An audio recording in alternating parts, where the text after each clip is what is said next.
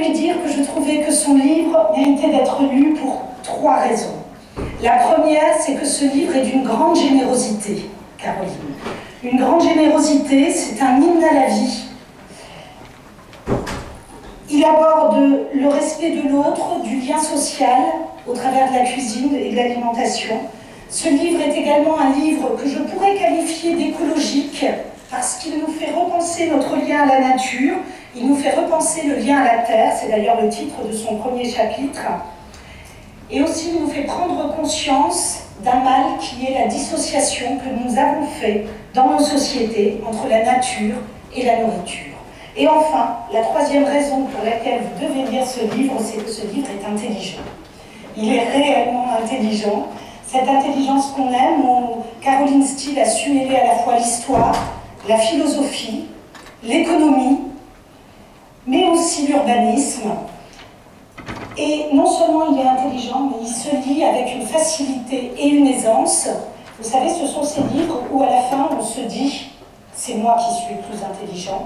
Donc merci Caroline pour nous en faire part ce soir et le partager avec nous. Je voudrais également souhaiter la bienvenue à Thomas Guhl, directeur des éditions de la rue de l'Échiquier. Alors, Thomas Guhl a un talent, et ça il y en a sans doute plein d'autres, mais il y en a un qui est avéré, c'est qu'il sait choisir les auteurs et les livres qu'il publie. Et donc, je voulais pour ça le remercier aussi parce que sans lui, cette réunion n'aurait pas lieu, puisque c'est bien Thomas Guhl qui nous ramène à Paris Carolyn Steel, et cela mérite qu'on l'en remercie. Je voudrais aussi souhaiter la bienvenue à Olivier Razemon, qui va animer, je suis certaine, avec beaucoup de brio cette rencontre, qui a publié, lui qui est plutôt un spécialiste des transports, mais je crois quand même avec une manière de concevoir les transports dans la ville qui est assez proche. Je n'ai pas lu, donc je ne vais pas trop m'aventurer à commenter ce qu'il a écrit, mais il me semble que c'est assez proche de la manière de concevoir la ville de Carolyn Steel.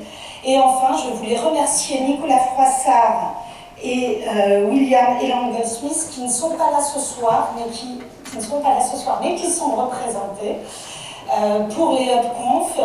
Et merci à vous, puisque en fait cette réunion ce soir se fait sous cette, je vais dire, marque d'innovation sociale que sont les HubConf. Alors les HubConf, c'est une série de réunions, vous en êtes peut-être déjà habitués, une série de réunions, de rencontres, toujours les plus passionnantes les unes que les autres, et qui travaillent donc sur l'innovation sociale, qui travaillent sur la transition de notre société. Alors je voulais les remercier, leur souhaiter également la bienvenue, et puis à toutes et tous, je vous souhaite une très bonne soirée, et je laisse la parole à l'animateur pour le reste. Merci, bravo Antoinette. Merci à vous. Le ménager de HubConf. C'est ça. Je ne sais pas si vous m'entendez. Merci beaucoup. Oui, juste un petit mot avant de laisser la parole à Thomas Guhl, pour vous remercier d'être ici ce soir pour cette nouvelle édition des HubConférences. Il y a HubConférence, Nicolas Froissart n'est pas là malheureusement ce soir, mais je le représente pour faire le petit mot d'accueil. Donc aujourd'hui, c'est la 82e édition des HubConférences. Donc les HubConférences, c'est quoi? C'est des événements qui nous réunissent chaque semaine à Paris et en région, donc autour des thématiques de l'innovation sociale et environnementale. Donc chaque semaine, on fait découvrir des personnalités emblématiques. Donc là, ce soir, on a la chance d'avoir Carolyn Steel parmi nous. On est très heureux. Voilà, donc pour essayer de vous inspirer, d'essayer de faire partager les bonnes pratiques d'innovation sociale et environnementale. Donc voilà. Donc un petit mot rapidement sur Up to You, donc, qui est le dernier né du mouvement Up. Donc Up to You, en fait, c'est un condensé des 60 premières éditions des HubConférences, donc qui condense les propositions, les idées, les projets, voilà, tout ce qu'on partage, qu'on essaie de diffuser au maximum. Donc si jamais ça vous intéresse et que vous avez envie de vous inspirer, n'hésitez pas à vous le procurer, notamment sur le site internet des HubConférences, up-conférence.fr. Alors également un petit mot sur notre prochain gros événement des HubConférences, donc qui vient de clôturer une année assez riche pour nous, qui est le HubFest. Donc il y a des flyers à l'entrée si vous voulez en prendre à la sortie. Donc le HubFest, c'est une journée de festival, donc le samedi 18 juin à la Bellevilloise, donc organisée par les HubConférences, où en gros on vous propose de venir une journée incarner, découvrir les héros d'aujourd'hui et de demain. Donc les héros d'aujourd'hui et de demain, c'est tout simplement des personnes qui se mobilisent chaque jour pour inventer des solutions innovantes, pour essayer de créer un monde un peu meilleur. Donc voilà, il y aura des animations, des ateliers, tout sera très ludique, très participatif, c'est gratuit et ouvert à tous. Donc n'hésitez pas, si vous voulez retrouver la programmation, c'est sur le site www.up-fest.fr. Alors je remercie nos partenaires sans qui ces événements ne seraient pas possibles. Donc Accenture, Aviva, Crédit Coopératif, Suez Environnement et bien sûr la Ville de Paris. Également nos partenaires médias qui nous aident à relayer chaque semaine nos idées. Donc Libération, Radio Classique, L'Express et Up le Mag.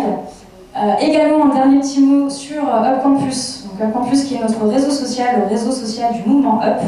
Donc en fait Up Campus ça vous permet tout simplement, en dehors des événements, de continuer à partager, d'échanger, de proposer vos projets, vos idées, vos événements, vos adresses, voilà, tous les bons plans utiles.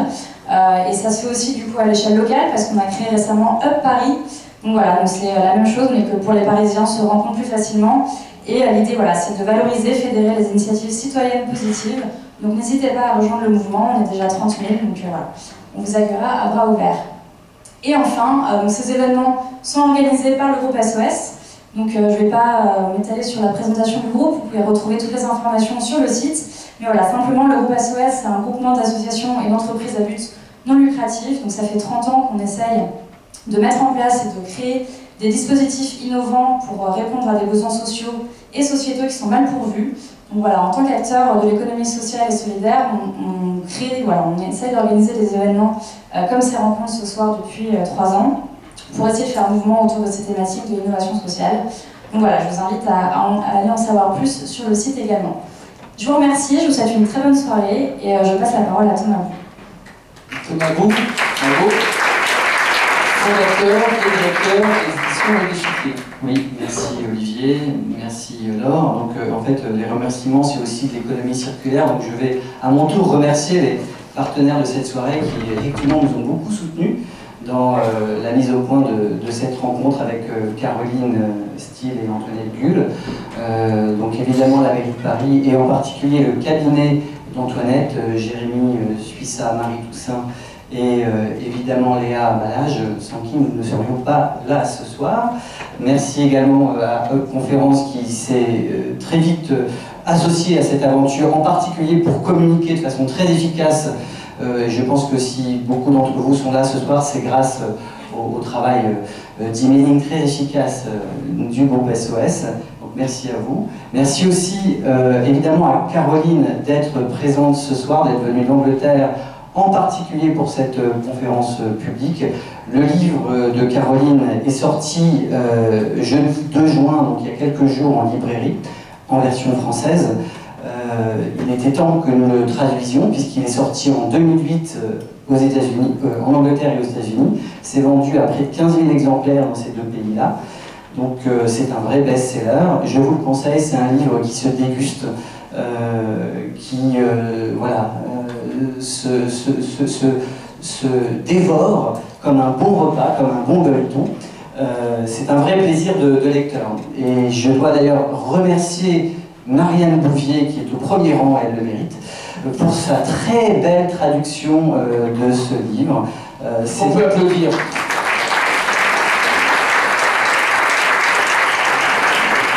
C'est un vrai travail de marathonienne et des traductions de qualité moindre. J'en ai tellement retravaillé que je peux vous dire qu'effectivement celle-ci était vraiment de qualité supérieure. Merci Marianne, merci à Emmanuel Bouty qui est à côté d'elle et qui a aussi relu et revu les quelques détails qui s'imposaient. Donc je remercie évidemment toute notre équipe chez l'Échiquier. Voilà, et merci à Olivier Razemon d'être présent pour animer cette rencontre. Olivier qui est un de nos auteurs les plus on va dire, généreux également, puisqu'il a publié déjà 3 livres et le 4e sort à l'automne, on va dire, sous un titre qui est Comment la France a tué ses villes, sur le phénomène de désertification des petites et moyennes villes de France, qui est un drame national.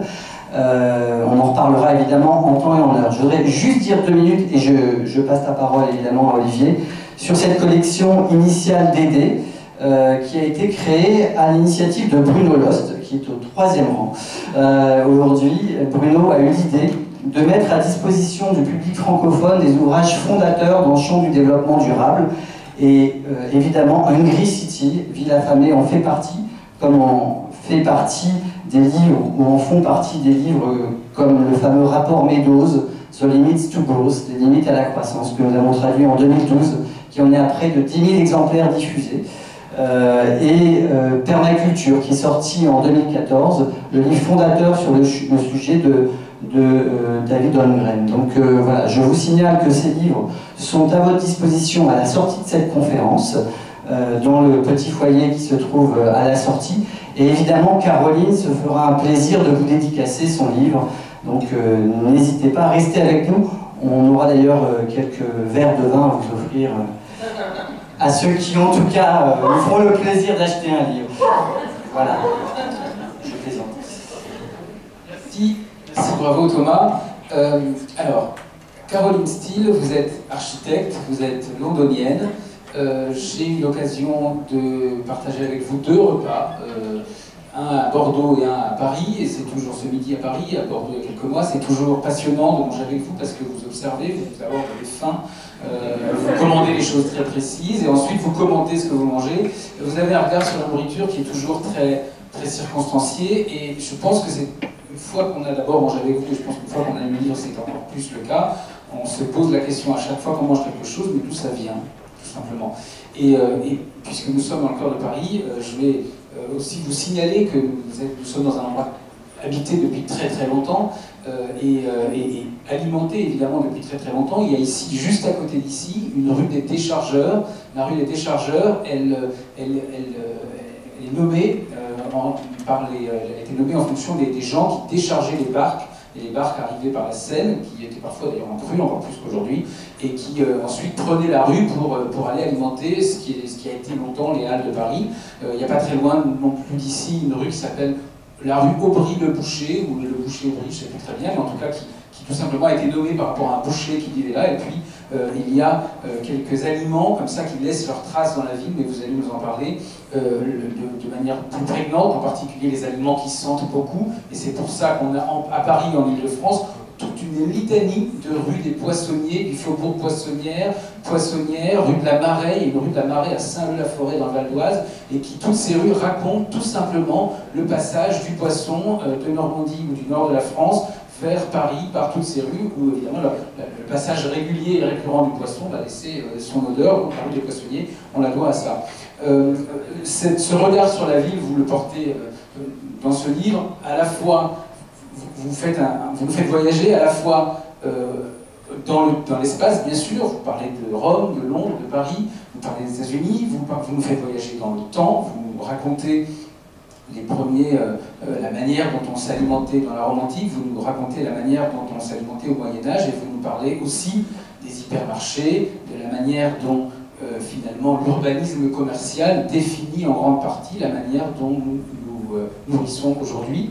Je dois dire que, à titre personnel, en tant que je ne suis pas un spécialiste de la nourriture, je ne suis pas un spécialiste de la nourriture, en tout cas de la ville un peu plus quand même, mais en tout cas des transports beaucoup, et j'ai trouvé beaucoup de résonance avec ce sur quoi j'ai l'habitude de travailler, c'est-à-dire que quand on regarde la ville par l'intermédiaire de la nourriture, on apprend beaucoup de choses d'abord parce que tout le monde se nourrit tous les jours, tout le monde ensuite émet les déchets qui sont liés à la nourriture tous les jours, et on apprend énormément de choses sur la ville, sur sa manière de fonctionner, et les transports c'est la même chose. Et en même temps c'est des choses, la nourriture comme les transports, c'est des choses auxquelles on ne pense pas nécessairement. On se nourrit parce qu'il y a là à manger, qu'on fait confiance à ce qui est apporté par la personne, ou parce qu'on a trouvé dans un magasin, et puis on le mange, et on ne se pose pas vraiment la question. Les transports c'est exactement la même chose, c'est le point qui est là, au milieu de la figure, c'est le point aveugle, on ne le voit pas, on le fait parce que c'est possible, parce que c'est simple, et on ne se pose pas vraiment la question de savoir comment, pourquoi on s'est déplacé, quelles sont les externalités. Donc c'est un petit peu la même chose,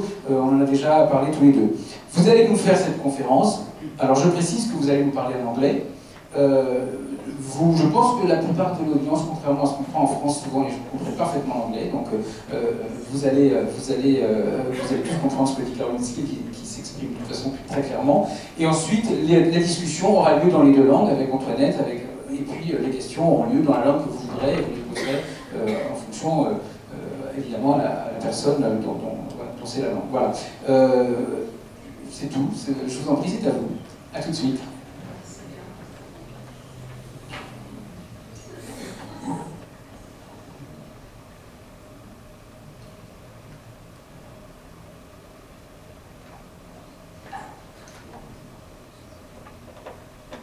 Je peux commencer à parler. Merci bien. Je dois aussi dire merci à quelques personnes. Premièrement, à Antoinette et Thomas pour m'inviter ici à Paris. C'est un très grand plaisir et honneur d'être ici dans la mairie de Paris. Où la nourriture doit être, et aussi à Thomas pour traduire mon livre en français. C'est un grand plaisir pour moi d'avoir cette conversation de ces grandes choses en France. Mais je m'excuse pas en français parce que je peux parler un peu comme ça, mais pas les grandes idées, c'est trop difficile pour moi. Mais j'ai beaucoup d'images et j'espère que les images doivent dire le narrative, l'histoire. So now in English, I'll try to speak very clearly as Olivier said, and thank you very much for your introduction too. This image is very unusual, and it's very strange that it's very unusual. What do you see when you look at it? You see the castle, yes, absolutely. A wall, yeah, exactly. I mean, you see a sort of strange composition, don't you? You see a wall in the middle of an image. And I remember looking at this image when I was an architecture student and thinking, that's a lovely image of Siena and wandering off.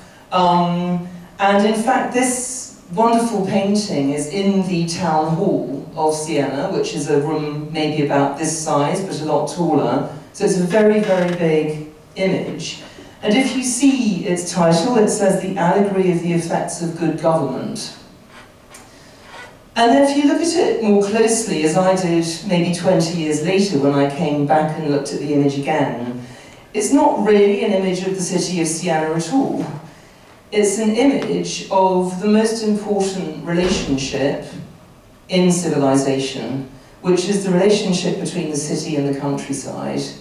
And if you look more closely, as I did when I came back many years later, you can see that this is actually not about urbanity or the countryside, but it's about food, interestingly.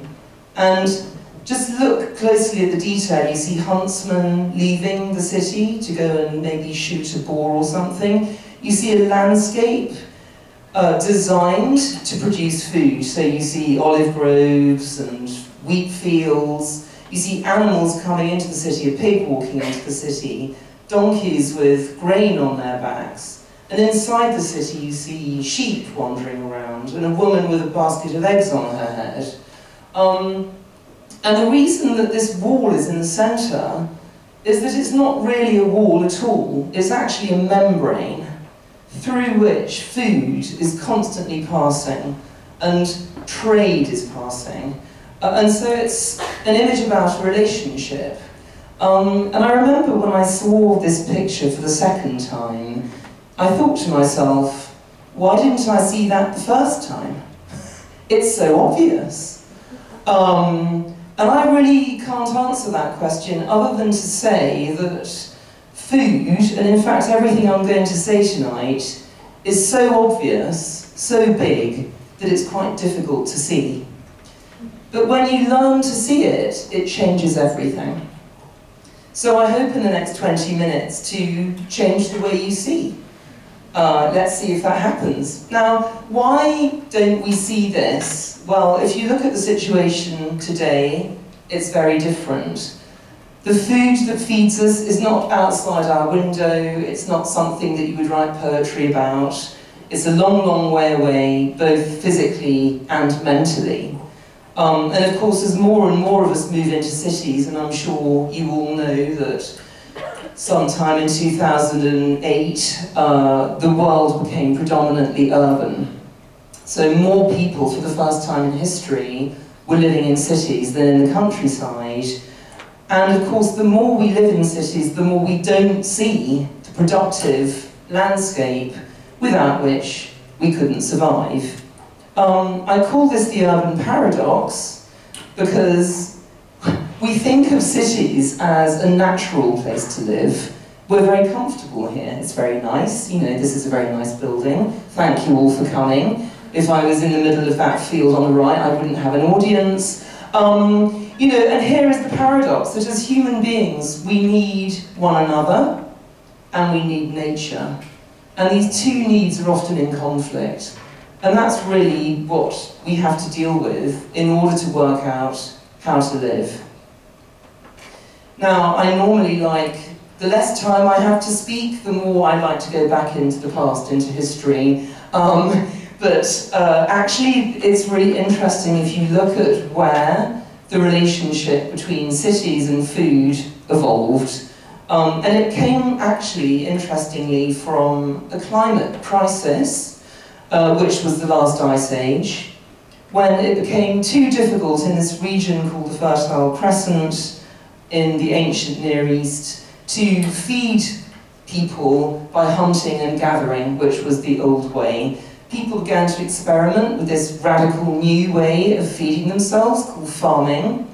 And if you think about what it means to farm, it's a very different way of living. You can't just run after the antelope and go where the berries are. You actually have to stay in one place and wait until the crop is ripe, and then grab it before some wandering deer does, and store it. So you have to be static, you have to be in one place. So really, agriculture and settled communities, which then grew into cities, co-evolved. And in fact, these early farming settlements here eventually produced what were the first group of cities in the world, about 5,500 years ago. And a very important point to take away from this story is that grain is the food of cities. It's the only food we've ever discovered that's capable of feeding large urban populations, and other vegetables like pulses, but basically stuff you grow in the ground is urban food.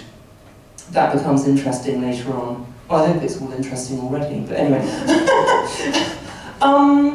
Now, what were those early cities like? Well, here's one of them, the city of I call it City 1.0 because it was the first. And if you look at it, you notice several things right away. This is a very small city, so this is about 0.5 kilometre across. It's very dense. So if you look at this excavated area of residential, it's very tightly packed. Those are tiny little houses with almost no space in between. It's on a river, the Euphrates. It's surrounded by farmland, and notably in the middle is this large temple complex. In fact, the dominant building, which in fact was not only the spiritual centre of the city, but also its administrative centre. And in fact, the temple organised the harvest, which was the most important event of the year, gathered in the grain, stored it, offered it up to the gods first, so the gods were in the ziggurat, stored it in this enormous municipal granary, baked it in the temple bakeries, and then distributed it back to the people throughout the rest of the year. So the first cities ever built solved the problem of how to feed themselves by, inventing writing, by the way, but anyway, to do the farm accounts, because it was quite complicated, but anyway, by being small, surrounding themselves with productive farmland, using water for transport and irrigation, and having what I call a large, centralised, spiritualised food distribution hub in the middle of the city. That would be the modern terminology. Now, most ancient cities were like this. but not all of them. You can probably guess what I'm going to show you next. Rome, city 2.0, the first city ever to grow to 1 million, a population of 1 million in the ancient world. In fact, the only city to do it before Peking, or now Beijing, which was 10 centuries later. So this is an enormous city. How do you think it fed itself? Any ideas? Say?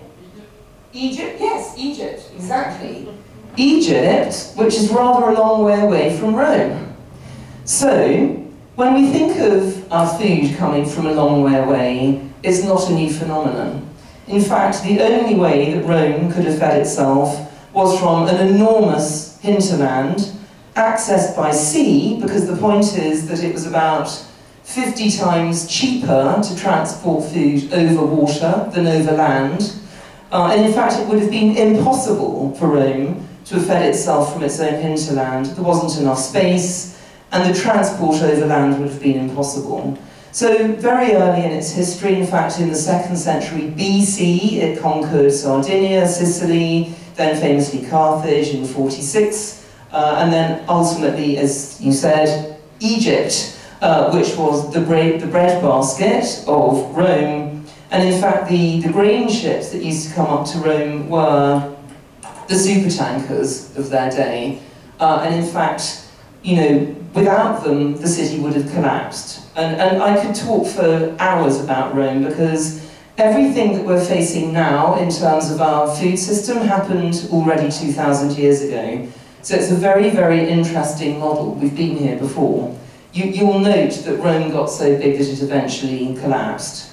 I just want to point out while I'm here that at one point they were even importing fresh oysters from Britain. That's how hungry Rome was. Anyway, so the first person to really explain why it was possible for a city like Rome to feed itself, and indeed how cities fed themselves in general, was a German called Johann von Thünen, and he invented an imaginary place called the isolated state. And the isolated state is flat, featureless farmland with a city in the middle, represented by this pink dot. And he said, okay, how would the farmland organise itself to feed this theoretical city? And he said, well, in the outskirts you would have fruit and vegetables, because, well, fruit and vegetables were a luxury food, so the farmers had to be able to afford the high land rents they would have to pay to be near the city. They could also make very good use of night soil, quote unquote, which is human and animal manure, to put on the land to make the plants grow quicker. And last but not least, of course, fruit and vegetables are very difficult to transport long distances, so it would have been impossible to bring them from very far away. Then there's about a band of about 30 kilometres where grain is grown. Of course, grain is the food of cities, as we already know, but it's very heavy in relation to its value, and therefore, beyond about 30 kilometres, it's uneconomic, or would have been in the pre-industrial world, to bring it in. Now, if you just think of simple geometry, if there's a distance beyond which I can't bring in grain, this limits the size to which the city can grow. The outer band is livestock, animals. Of course, animals can walk into the city, so that's fine. They can provide their own transport effectively. So those could be grown hundreds of miles away from the city. Now, what he said as well was that if the city was on a navigable river, then of course all the food could come in by river, so all of these bands could stretch a lot further away. Now, I remember being lectured on von Thünen as an architecture student and finding it fantastically boring. It gets much more interesting when you look at real places. So here's a real place. This is my home city of London, a few hundred years ago. And of course, immediately you look at it, it's a bit like Olivier was saying in his introduction, you start to see food everywhere. You see the market gardens on the outside of the city, you see all these ships coming in and you know what they're carrying. And you see that the city is very compact, like most cities were, and there's a market in the middle, Cheapside, where all the food is trying to get to, because the open space in the middle of the city is the only place it was legal to buy and sell food, because the food supply was so important that it had to be done out in the open, under the view of the politicians, hence, you know, the allegory of the effects of good government. So if we look at how London fed itself, this is grain coming into the city. It's obviously coming in by river, because it's heavy and bulky and very difficult to bring in over land. A few cartloads are coming in by land, but not many. And of course they arrive at these river ports, and it's travelling up to get to Cornhill. Cornhill is obviously where the corn or grain was traded. And on the way we see Bread Street. So we see that the streets leading to the market are already becoming, as it were, markets in their own right. The city is filled with food, and it's being shaped by food. Fish, obviously, is also coming in by river. What's interesting is that Billingsgate remained London's main fish market until 1984. This is when the city had about 8 million inhabitants. So when you think about the incredible inertia of food markets, it's remarkable. But then when you think, well, how do you change a food system? Because we have to eat every day. So if a market is established, it's very normal that it stays in the same place a very long time. Animals, of course, were not coming in by river. I mean, actually cows can swim. And in fact, some of the cows that fed London started their journey in Scotland by swimming from the islands to the mainland, and then they walked down. So they were kind of triathlon cows, really. Anyway, most of London's meat was coming in from Scotland and Wales. Very good grass, coming in, being fattened up again, because they lost a lot of weight in the suburbs, and then being sold in Smithfield, the smooth field outside the city, where there was enough space to have all the animals. And of course Smithfield is still London's meat market today, some of you probably know.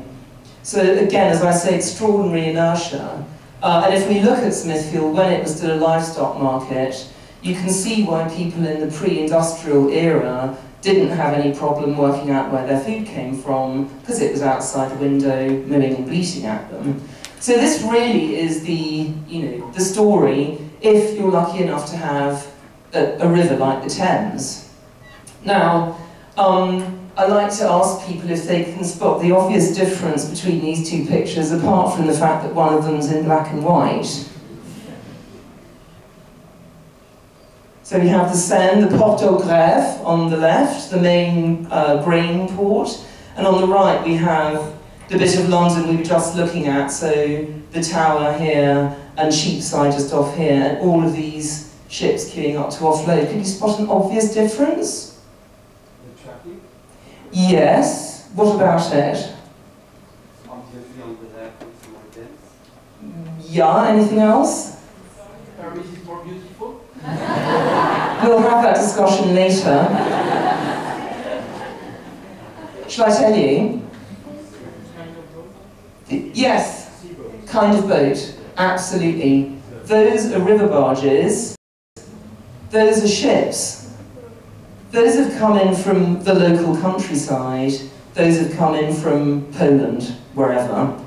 This one picture actually, and I've called it A Tale of Two Cities because the comparison between London and Paris fascinates me, and I hope we can discuss it more in a moment. It's so fundamental to the way we think in Britain about food, and you think about food over here. It's extraordinary, it's very powerful. But Paris, unlike London, could not just get its food in from wherever. It in fact had to impose what were called provisioning rings on the countryside.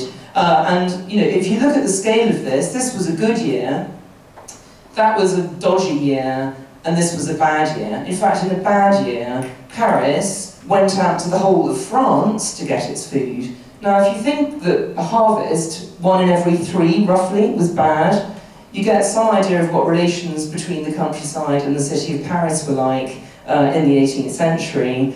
Paris had an enormous grain police, headed up by the king, who was called the Baker of Last Resort, whose responsibility it was to feed the city.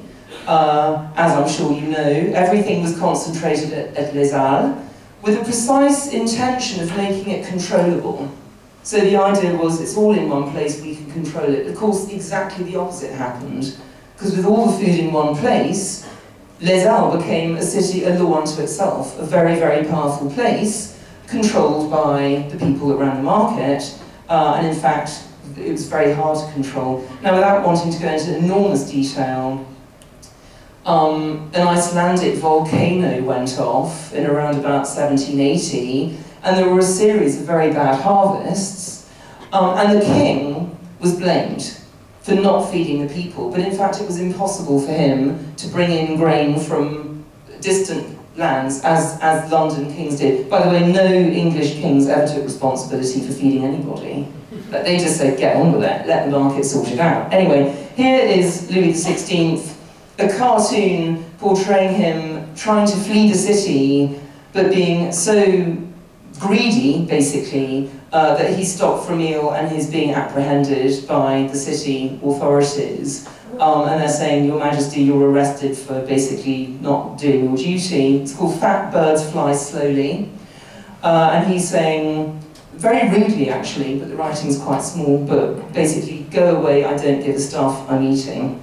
So this gives you some insight into why people like Antoinette are very unusual as politicians, because most leaders and politicians don't want anything to do with food, because you can end up in a situation like this. Now, that's a very, very brief summary of how food and cities co-evolved until these things came along. And I'll speed up a little bit now, but like the trains, because I have to. But anyway, the trains kind of change three things. We're obviously doing a three-thing thing tonight. So, three major things that the trains change. The first is the fact, I've called this goodbye to geography. Cities have, up to this point, have been constrained by geography. They could only grow a certain size in a certain place, and they were constrained by how much food they could get in. Now they can be anywhere, any size, any shape.